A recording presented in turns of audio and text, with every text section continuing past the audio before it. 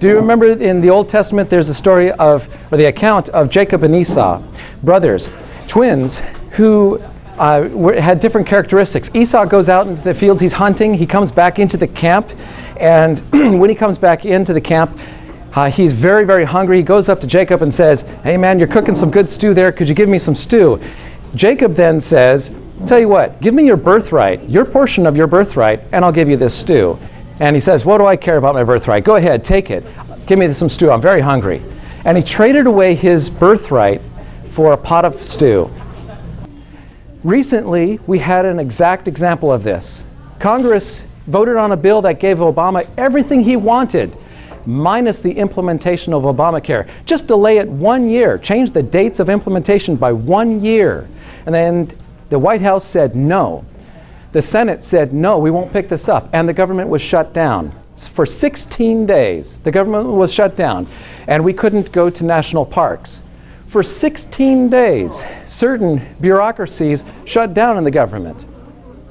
The average person didn't really feel a change for their daily life, which is actually quite telling. When the government shuts down and you don't feel a difference, that tells us that government can be smaller.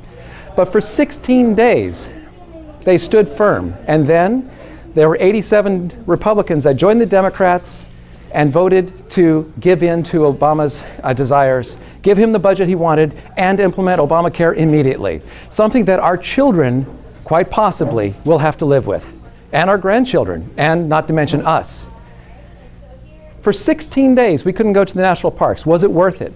Shouldn't we have held out a little bit longer and said, no, this is an essential birthright of freedom issue. Our medical freedom hinges on this issue. If we implement this thing, it's almost intractable that you can't get rid of a government bureaucracy that easily.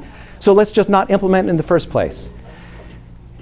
My opponent, Herrera Beutler, actually voted for that capitulation to reopen government and implement Obamacare immediately. It's a shame.